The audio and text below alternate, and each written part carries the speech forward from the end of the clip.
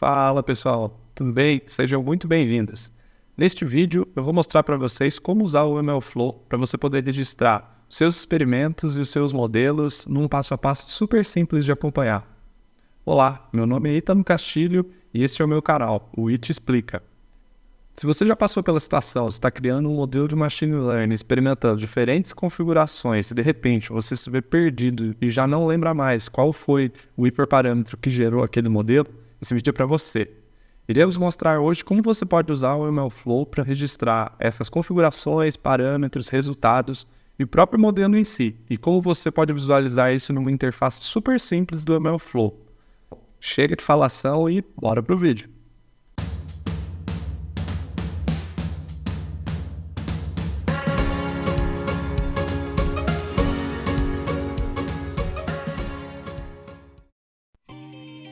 Bom pessoal, vamos iniciar aqui então o nosso tutorial.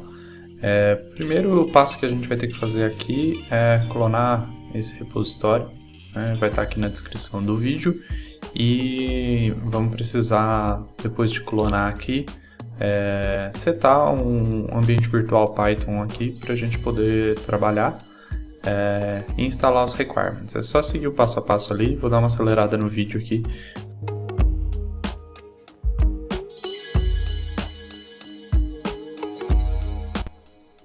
Bom, agora vamos seguir aqui. Vamos abrir o notebook de treino aqui primeiro. No notebook de treino, a gente vai mostrar aqui o case que a gente está usando aqui no tutorial. É algo super simples, então vamos carregar primeiro algumas bibliotecas aqui. E aí vamos fazer a leitura aqui de um dataset, que são informações de cartão de crédito, de pagamento de faturas. E o nosso target aqui é conseguir prever, né, uma classificação binária, se o cliente vai ou não pagar a próxima fatura. Então, a primeira coluna é um ID, que vai ser uma coluna que a gente vai descartar. Aí a gente tem uma série de colunas aqui que servem como features, que são pagamentos de faturas. E a última coluna aqui é o nosso target, com uma classificação binária 1 ou 0. 1 são os clientes que não pagaram e 0 são os clientes que pagaram. Agora, a gente vai separar aqui, então, as colunas do meio aqui como sendo nossas features e a última coluna como sendo o nosso target. Depois disso, a gente vai fazer um train test split aqui aleatório, de forma simples, pegando 30% para poder fazer os testes e treinar o nosso modelo aqui. O modelo, um LightIBM com algumas configurações básicas aqui de parâmetros. Treinamos o nosso modelo e por último vamos avaliar aqui a performance do nosso modelo.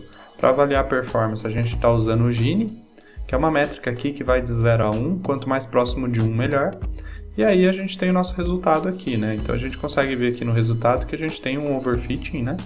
E para tirar esse overfitting, uma das formas que a gente pode fazer é reduzir a profundidade da árvore. Árvores mais rasas têm menos tendência ao overfitting.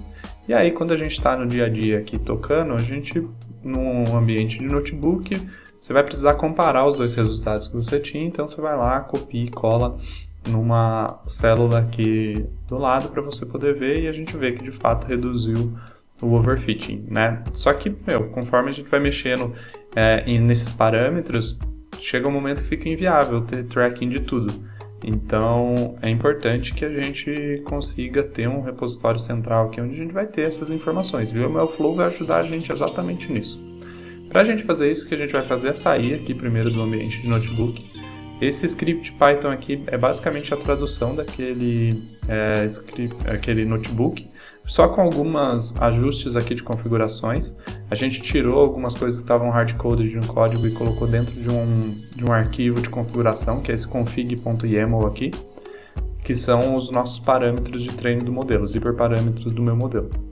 Quando a gente abre aqui, vocês podem ver, né, que está aqui os hiperparâmetros, e a gente está lendo isso direto lá no nosso script Python. O resto é basicamente igual, tá? Não tem diferença. Agora, a gente criou aqui então uma função, né, que recebe os nossos dados, que é o df ali como parâmetro, e os nossos parâmetros, tá? Primeiro a gente fez a questão de separar as features e o target, a parte do train test split. Depois a gente treina o nosso modelo, só que agora passando os parâmetros que entra na minha função ali. Eu avalio o resultado e depois vou printar isso na minha linha de comando. Por último, eu crio uma função main aqui que carrega os dados e vai chamar a minha função de treino, que é a função que eu mostrei para vocês assim. Então, carregamos os dados aqui, né? Lemos aqui o arquivo e, por último, a gente só coloca o ifName igual a main aqui para quando a gente chamar via linha de comando executar esse código. Então, quando eu chamar esse código aqui via linha de comando, ele vai bater no arquivo de configuração, ler, treinar meu modelo e colocar os resultados. Se eu vou lá e altero o meu arquivo de configuração, eu vou lá, altero e vou obter outros resultados, né? Então aqui a gente aumentou a profundidade da árvore e teve mais overfitting. Então agora com esse arquivo aqui a gente consegue usar o MLflow. O primeiro passo que eu tenho que fazer é importar o módulo do MLflow, tá? Depois, na sequência, a gente precisa dar um nome para os experimentos. O MLflow serve para você fazer o tracking de vários experimentos ao mesmo tempo, então cada experimento vai ter um nome. Então aqui, nesse caso, a gente vai dar um nome aqui de Credit Card Experiment, XP só, beleza. E agora então já setamos o nome do experimento, agora a gente precisa iniciar uma run. O MLflow, cada experimento é composto por várias runs, e você precisa falar no seu código onde que inicia a sua run. Então eu estou usando um Context Manager aqui, então basta eu identar aqui que tudo que tiver dentro está dentro da minha run. E agora que estiver dentro dessa run, eu posso ir chamando o módulo do MLflow para fazer o log do que eu achar necessário. Então o primeiro passo aqui é logar os nossos parâmetros que entraram para o treino do modelo. Então a gente pode usar aqui um mlflow.logparams e passar os parâmetros de entrada aqui que entram no meu modelo na linha de baixo. Outra coisa que o MLflow consegue fazer tracking aqui é também das métricas, então eu posso logar usando o log.logmetric, e aí eu preciso dar um nome para essa métrica. Então aqui no caso primeiro vai ser o gene de treino, e eu passar o valor correspondente que está dentro dessa variável que leva o mesmo nome, e fazer a mesma coisa aqui para o teste. Então agora a gente já está fazendo o tracking das métricas no MLflow também. Por último, o que a gente precisa fazer aqui é o tracking agora do modelo em si. Então o MLflow ele te dá a capacidade de você guardar o seu modelo aqui dentro e você colocar várias informações correspondentes ao modelo. A primeira que a gente está carregando aqui é essa signature, que nada mais é do que o metadado dos inputs e outputs do modelo, tá? Então eu passo para ele tem um módulo aqui de inferência de signature, onde eu passo os inputs do modelo. Então aqui no meu caso eu vou passar o deftrain, só as features, né? E vou passar no model output uma predição minha aqui desse mesmo deftrain features. E aí ele vai depois guardar os metadados aqui dessas informações para mim. Beleza. Com a signature pronta, agora eu posso logar o meu modelo. Então eu dou um .log model. E aí o log model é o que acaba tendo mais coisas para você preencher. Então a gente vai logar aqui, você vai ver, a primeira coisa que a gente tem que colocar é o objeto do modelo treinado. Então é o CLF aqui no meu caso. Um path para eu salvar esse modelo dentro da onde os artefatos são salvos no MLflow. Você pode dar um nome qualquer aqui, eu dei o nome de model. E agora você precisa colocar algumas outras informações. Tem uma série de parâmetros opcionais. Aqui no nosso caso a gente está colocando a signature, então que são os metadados do meu modelo, e estou colocando alguns exemplos de input. Então ele vai logar também algumas linhas de exemplo aqui, que vai servir para caso eu precise ver que tipo de informação que entra aqui dentro desse modelo. Eu consigo ver, só estou selecionando as duas primeiras linhas aqui para não subir muitos dados lá, porque a ideia é só ter alguns exemplos mesmo. Então com isso a gente finaliza aqui as alterações que eu preciso fazer no código para usar o MLflow. Agora basta rodar que ele vai logar essas informações todas na minha máquina local.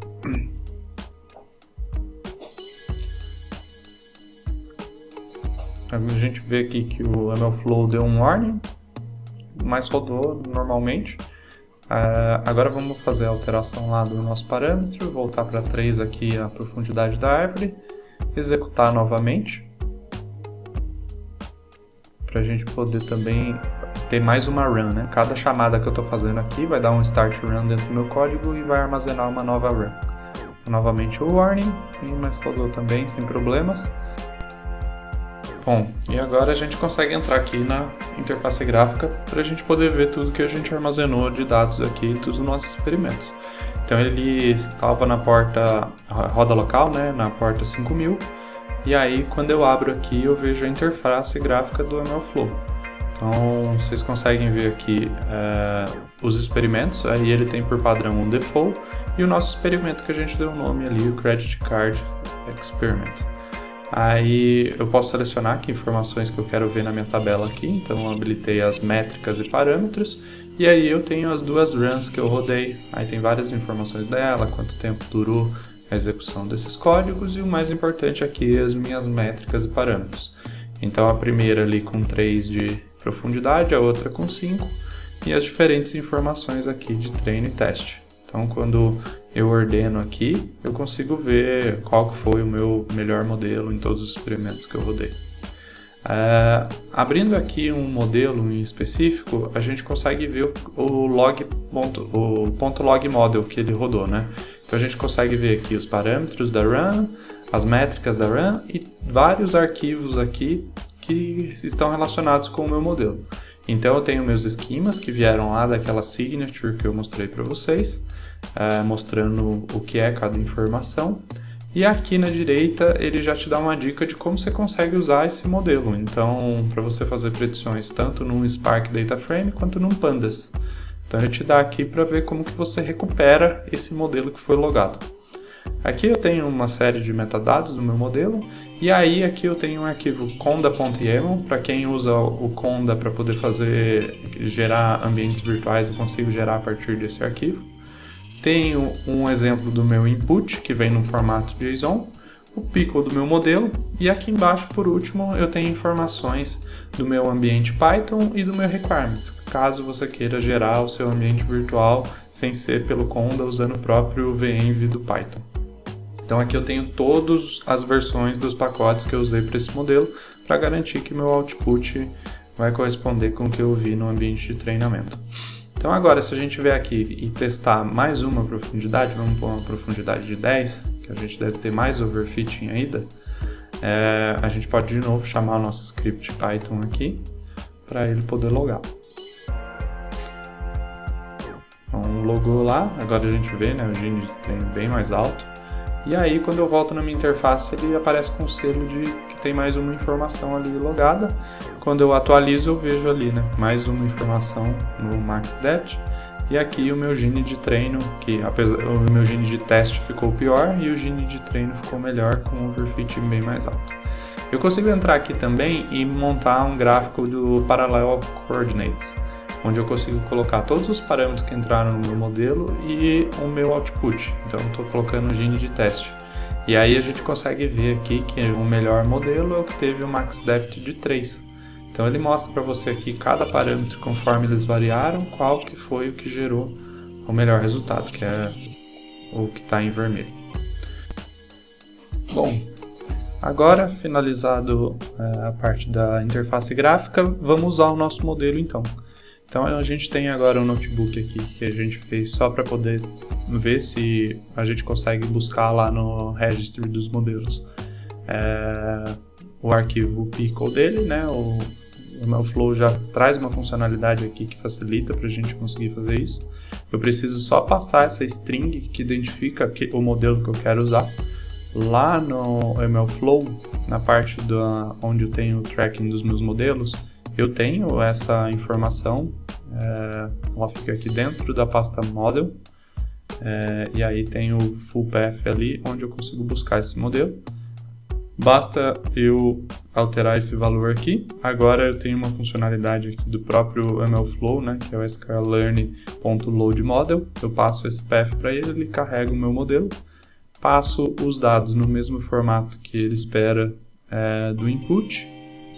Basta rodar um ponto predict e eu vou ter o meu Gini calculado. Então, super fácil de recuperar aqui, e eu posso recuperar qualquer versão do meu modelo.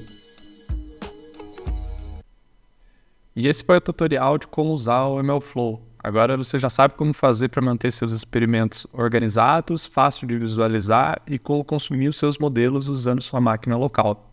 Se você deseja aprender como fazer para criar um servidor remoto do MLflow usando a AWS para você poder trabalhar de forma colaborativa, não deixe de seguir o meu canal e ativar as notificações. Em breve eu devo fazer um vídeo para vocês sobre isso. Obrigado por assistir e até logo!